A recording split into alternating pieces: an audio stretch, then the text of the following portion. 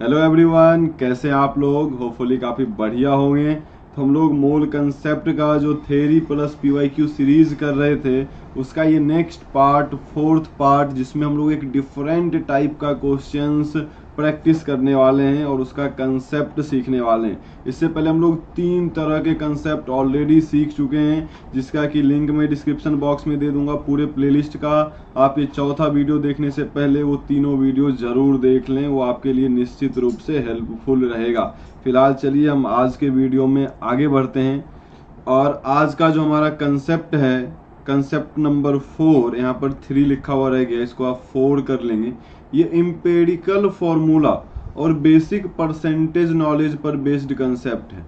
इस वीडियो को देखने के लिए आपका जो प्री रिक्वायरमेंट है वो ये है कि आपको परसेंटेज का बेसिक नॉलेज होना चाहिए, और बाकी हम लोग इम्पेरिकल फॉर्मूला फाइंड करना सीख लेंगे, लेकिन आपको परसेंटेज का जो बेसिक है वो आइडिया होना चाहिए। तो इसमें कंसेप्ट के लिए ज़्यादा कुछ नहीं है, बस अगर आपको इतना पता है कि ये जो इम्पेरिकल फॉर्मूला है, इसका मतलब होता है सिंपलेस्ट रेशियो। इम्पेरिकल फॉर्मूला जो है वो सिंपलेस्ट रेशियो को रिप्रेजेंट करता है कि मॉलिक्यूल के अंदर जो जो एटम प्रेजेंट हैं वो किस सिंपलेस्ट रेशियो में प्रेजेंट हैं। जैसे कि एग्जांपल देखें, ग्लूकोज का फॉर्मूला होता है C6H12O6। तो इसका अगर इम्पेरिकल फॉर्मूला लिखना हो तो इसका सिंपलेस्ट रेशियो हम लिख देंगे। यहाँ देखें ये 6 के मल्टीपल्स हैं, तो सिंपलेस्ट रेशियो जो आएगा वो यहाँ पर CH2O आ जाएगा कि जितने कार्बन है उसका डबल हाइड्रोजन है, और जितने कार्बन है उतना ही ऑक्सीजन है। तो ये जो सिंपलेस्ट रेशियो के रूप में हमने लिखा सारे एटम्स को, यही इम्पेरिकल फॉर्मूला कहलाता है।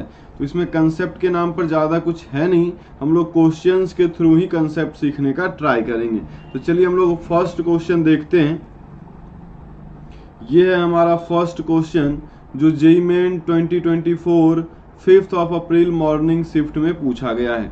यहाँ पर देखें, आपके पास एक ऑर्गेनिक कंपाउंड दिया गया है जिसमें 42.1% कार्बन है, 6.4% हाइड्रोजन है, और बाकी जो बच गया वो ऑक्सीजन के रूप में हमारे पास प्रेजेंट है। तो ऐसा जब भी क्वेश्चन आए, इसका एक सेट अप्रोच है ऐसे क्वेश्चन की मदद से इम्पेरिकल फॉर्मूला निकालने का। वो कैसे फाइंड करते हैं हम लोग देख लेते हैं। सबसे पहले जो गिवन एलिमेंट हैं उनके सिंबल को लिख लेंगे, और उसके ठीक नीचे उनका जो गिवन परसेंटेज है, जैसे कार्बन हमारे पास 42.1% गिवन है, तो उसके ठीक नीचे हम लोग 42.1% लिख लेंगे। हाइड्रोजन हमारे पास 6.4% गिवन है, तो इसको भी लिख लेंगे 6.4%। और बाकी जो बच गया वो ऑक्सीजन है, तो इन दोनों को ऐड करेंगे तो 48.5 समथिंग आ रहा होगा, तो उसको हम लोग 100 में सब्सट्रैक्ट कर देंगे, तो जो बच गया यानी कि 51.5% ऑक्सीजन हो जाएगा हमारे पास। तो ये तो गिवन डेटा था। अब सबसे पहला काम क्या करना है कि जितना परसेंट ये आपको दिख रहा है उसको एज इट इज आप ग्राम में लिख दें। कुछ नहीं करना है, बस परसेंट को हटा के आप वहां पर ग्राम लिख दें।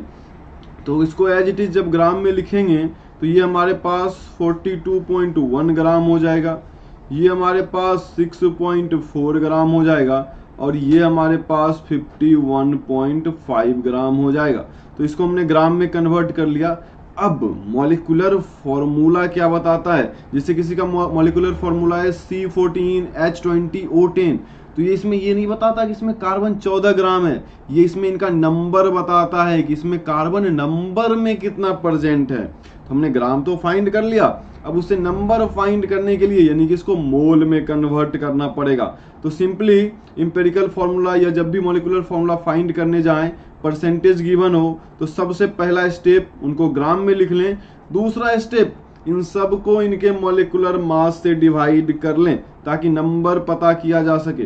तो इसका मॉलिक्यूलर मास होता है 12, इसको 12 से डिवाइड कर लेंगे 42.1 को, और हाइड्रोजन का मॉलिक्यूलर मास 1 होता है, तो इसको 1 से डिवाइड कर लें। ऑक्सीजन का एटॉमिक मास जो है वो 16 होता है, तो इसको 16 से डिवाइड कर लें। जब इन तीनों को डिवाइड करेंगे तो कार्बन हमारा आ रहा होगा 3.50, हाइड्रोजन आ रहा होगा 6.4, और ऑक्सीजन आ रहा होगा 3.2। यहां से हमें ये पता चलता है कि जितना ऑक्सीजन होगा उसका ठीक 2 गुना हाइड्रोजन होना चाहिए हमारे पास। जितना ऑक्सीजन है उसका ठीक डबल हाइड्रोजन होना चाहिए हमारे पास। तो इसका मतलब ऑप्शन नंबर डी तो पहले ही गलत हो गया, क्योंकि इसमें ऑक्सीजन 12 है तो हाइड्रोजन 24 होने चाहिए, है ही नहीं, हाइड्रोजन तो 18 ही है, इसलिए हमारा डी ऑप्शन गलत हो गया। यहाँ देखिए ऑक्सीजन 12 है तो हाइड्रोजन 24 होना चाहिए, लेकिन हाइड्रोजन 20 ही है, तो हमारा सी ऑप्शन भी गलत हो गया। अब यहाँ देखें ऑक्सीजन 11 है और हाइड्रोजन 22 है, ये सही हो सकता है। यहाँ भी देखें ऑक्सीजन 10 है और हाइड्रोजन 20 है, ये भी सही हो सकता है। अब इन दोनों में से कौन सही है तो उसको मॉलिक्यूलर वेट से क्रॉस चेक कर लेंगे। इन दोनों में से जिसका मॉलिक्यूलर वेट 342 हो जाएगा वही हमारा आंसर हो जाएगा। तो जब मॉलिक्यूलर वेट से चेक करेंगे तो आपका आंसर आ जाएगा C12H22O11। इसका जब आप मॉलिक्यूलर वेट फाइंड करेंगे तो 342 आ जाएगा। H22O11 कैसे फाइंड करेंगे, तो 12 कार्बन है, एक कार्बन का होता है मॉलिक्यूलर मास 12, तो 12 इंटू 12 कर देंगे, प्लस हाइड्रोजन है 22 तो इसका मास 22 हो जाएगा, 11 ऑक्सीजन है तो 16 इंटू 11 करेंगे, इसको आप ऐड कर लेंगे 342 ग्राम ही आ रहा होगा। तो ये एक सेट अप्रोच है, इस तरह से हम empirical formula, molecular formula find कर सकते हैं।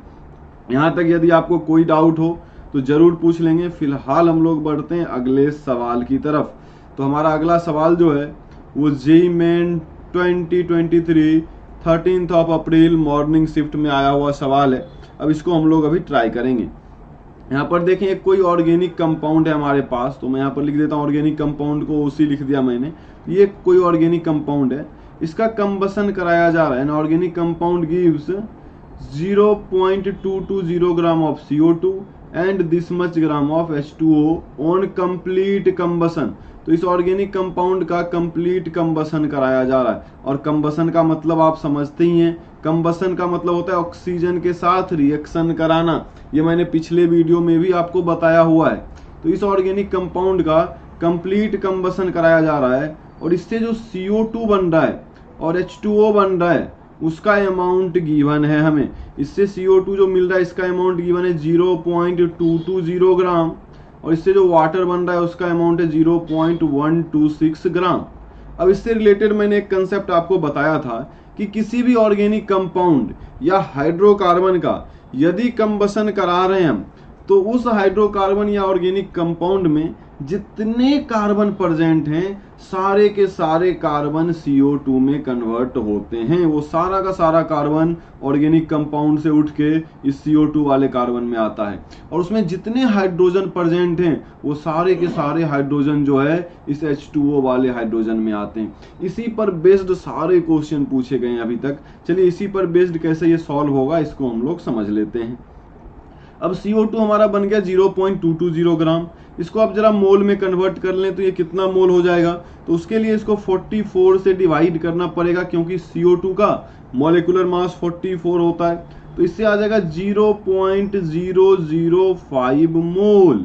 इतना मोल CO2 है तो इसमें कितना कार्बन होगा। CO2 हमारे पास है ना टोटल इतना ग्राम, तो इतने मोल में कितना कार्बन होगा। तो कार्बन जब फाइंड करेंगे तो 0.005 इंटू 12, क्योंकि 12 होता है कार्बन का एटॉमिक मास, तो यहां से आ जाएगा 0.060 ग्राम। एक चीज हमें पता चल गया कि यहाँ पर कितना कार्बन बना है, प्रोडक्ट की तरफ कितना कार्बन बना है, तो 0.060 ग्राम। और मैंने आपको स्टार्टिंग में ही बताया था कि जितना कार्बन इस ऑर्गेनिक कंपाउंड में प्रेजेंट होगा वो सारा का सारा CO2 में आया होगा। यानी कि यहाँ पर जो इनिशियली हमारे पास कार्बन प्रेजेंट होगा वो 0.060 ग्राम प्रेजेंट होगा। अब यहाँ पर सिमिलर वे में हम लोग हाइड्रोजन फाइंड कर सकते हैं। कैसे, पहले यहाँ से पता कर लेते हैं वाटर कितना मोल बना है। तो वाटर का मोलिकुलर मास 18 होता है, इसको जब हम लोग 18 से डिवाइड कर देंगे तो 0.007 मोल निकल कर आता है।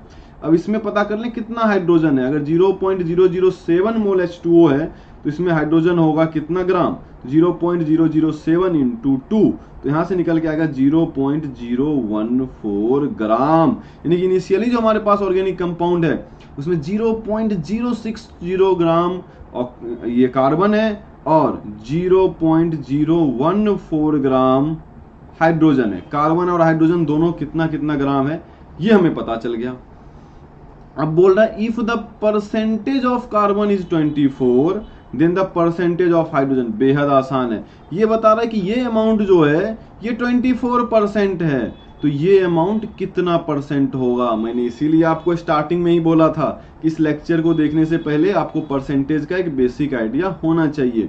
अब यहाँ पर देखें, ये बता रहा है कि 0.060 इज 24%।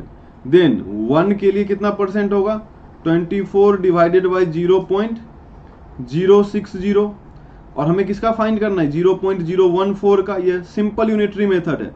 तो 0.014 equals to 24 divided by 0.060 into 0.014। जब इसको आप सॉल्व करेंगे तो यहाँ से आ रहा होगा 5.6%। तो ये 5.6% है। इसी को हम लोग 56 इंटू 10 टू द पावर -1% भी लिख सकते हैं। तो यहाँ पर जो हमारा आंसर हो जाएगा वो 56 हो जाएगा। यहाँ तक यदि आपको कोई डाउट है तो आप पूछ सकते हैं, अदरवाइज हम लोग बढ़ेंगे अगले क्वेश्चन की तरफ।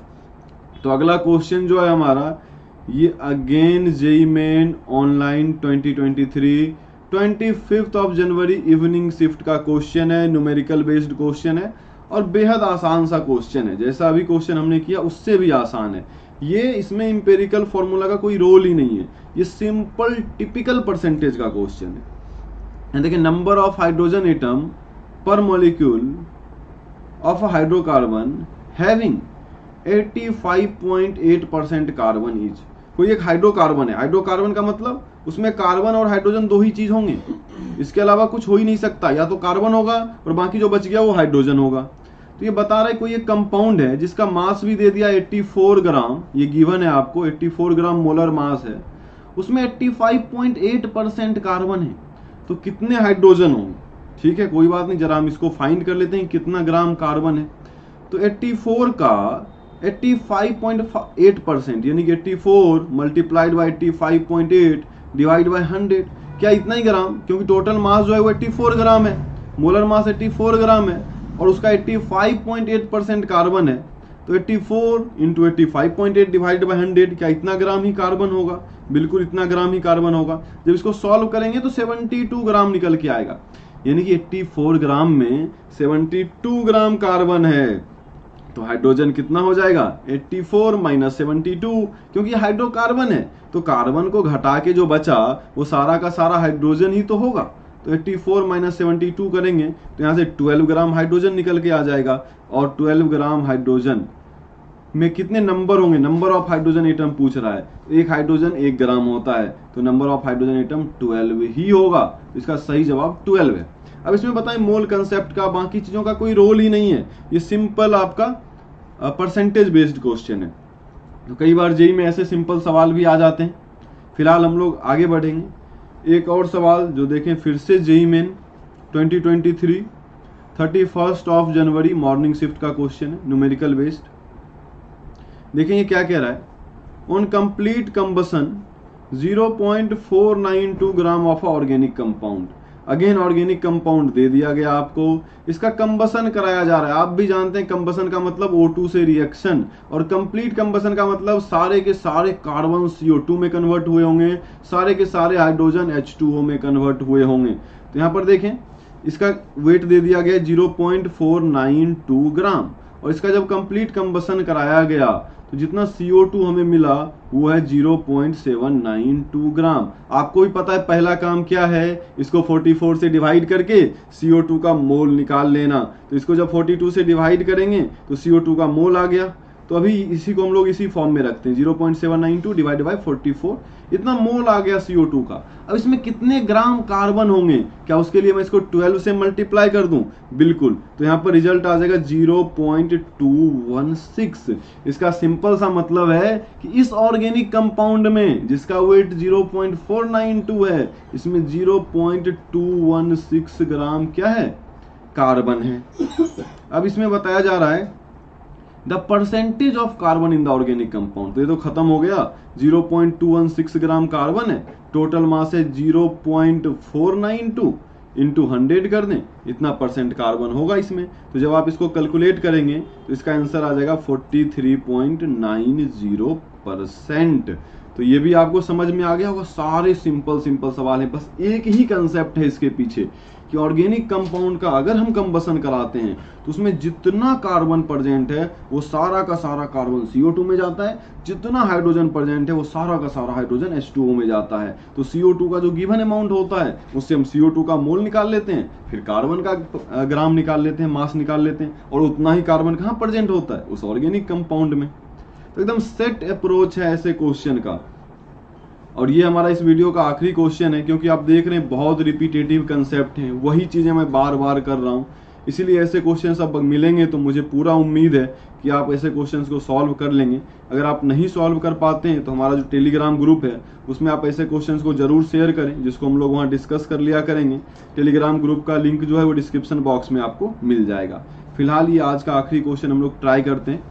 On complete combustion again 0.492 gram of an organic compound containing carbon, hydrogen and oxygen, इस बार तीनों चीजें दे दी गई हैं। कार्बन, CO2 का मास और H2O का मास भी दे दिया गया है।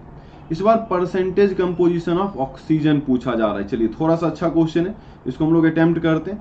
तरीका सेम होगा, हमने ऑर्गेनिक कंपाउंड लिया, उसका O2 से रिएक्शन कराया, फिर से वही चीजें बनेंगी, CO2 और H2O बना भी लिया। इनिशियली हमारे पास 0.492 ग्राम ऑर्गेनिक कंपाउंड था, उससे 0.792 ग्राम CO2 बना, और 792 नहीं है, 7938 है, इससे 0.7938 ग्राम CO2 बना, और वाटर बना 0.4428 ग्राम। अब आपको भी पता है क्या करना है, ये जो 0.7938 है इसको आप डिवाइड कर दें 44 से, तो इसका मोल आ गया, मल्टीप्लाई कर दें 12 से, तो इसमें क्या कितना ग्राम कार्बन प्रेजेंट होगा वो पता चल गया। और इसमें जितना ग्राम कार्बन प्रेजेंट होगा उसको क्या करें, इससे 0.492 से डिवाइड कर दें। ये आ गया ना कि इसमें कितना ग्राम कार्बन है। अब इसको 0.492 ये जो टोटल ग्राम है ऑर्गेनिक कंपाउंड का उससे डिवाइड कर देंगे जैसा कि पीछे किया है, और 100 से मल्टीप्लाई कर देंगे, सीधा परसेंटेज आ जाएगा क्या। तो इसका परसेंटेज फाइंड करना मैंने पीछे भी सिखाया हुआ है, अभी जस्ट पिछले क्वेश्चन में। तो इसका 43.47% निकल के आ जाएगा। सिमिलर अप्रोच से क्या वाटर का कर लेंगे, इसको मैं ऊपर कर देता हूं। तो वाटर के लिए 0.4428 डिवाइड बाई 18, इतना मोल वाटर है, इसको 2 से मल्टीप्लाई कर देंगे तो उतना ग्राम हाइड्रोजन होगा। तो ग्राम ऑफ हाइड्रोजन आ गया, उसको total mass of organic compound से डिवाइड कर दें और 100 से मल्टीप्लाई कर दें, 492 है। यहाँ पर मैं फिर से लिख देता हूँ, ये 0.492 है ऑर्गेनिक कंपाउंड का मास। इसको जब 100 से मल्टीप्लाई कर देंगे तो क्या इतना ही परसेंटेज आ जाएगा हाइड्रोजन का, तो ये आएगा 9.9%। अब किसी ऑर्गेनिक कंपाउंड में तीन ही चीजें, कार्बन, हाइड्रोजन और ऑक्सीजन। तो कार्बन आ गया 43.4%, हाइड्रोजन आ गया 9.9%, तो बाकी जो भी बचा क्या वो सारा का सारा ऑक्सीजन होगा। तो यहाँ पर 100 माइनस इन दोनों को सम करेंगे तो 53.37 आएगा। ये जब सब्सट्रैक्ट कर देंगे तो बचा हुआ सारा का सारा जो 46% के लगभग है वो हमारा ऑक्सीजन आ जाएगा। तो यहाँ पर हमारा जो नियरेस्ट इंटीजर में ही हम लोग जनरली आंसर करते हैं, तो इसका आंसर हमारा 46% हो जाएगा। तो होपफुली आपको ये भी समझ में आ गया होगा। तो आज हमने इंपेरिकल फार्मूला, मोलिकुलर फार्मूला या परसेंटेज से रिलेटेड जो क्वेश्चंस थे वो सारे क्वेश्चंस हमने डिस्कस किए। अगर स्टिल इसमें कोई डाउट रहता है तो आप जरूर पूछ लेंगे, और एक और हम लोग क्वेश्चन करेंगे, मतलब इसी सीरीज में एक और हम लोग सेशन लेके आएंगे मोल कंसेप्ट के ऊपर ही। वो मिक्सचर पर बेस्ड क्वेश्चन होगा कि कोई मिक्सचर होता है, उसका किसी से रिएक्शन कराते हैं तो वो कैसे रिएक्ट करता है, और फिर उसका कैसे बाकी चीजें हम सॉल्व करते हैं। तो आज के लिए हम लोग इतना ही रखते हैं इस वीडियो के लिए। मिलते हैं अगले वीडियो में। Bye all, thank you all.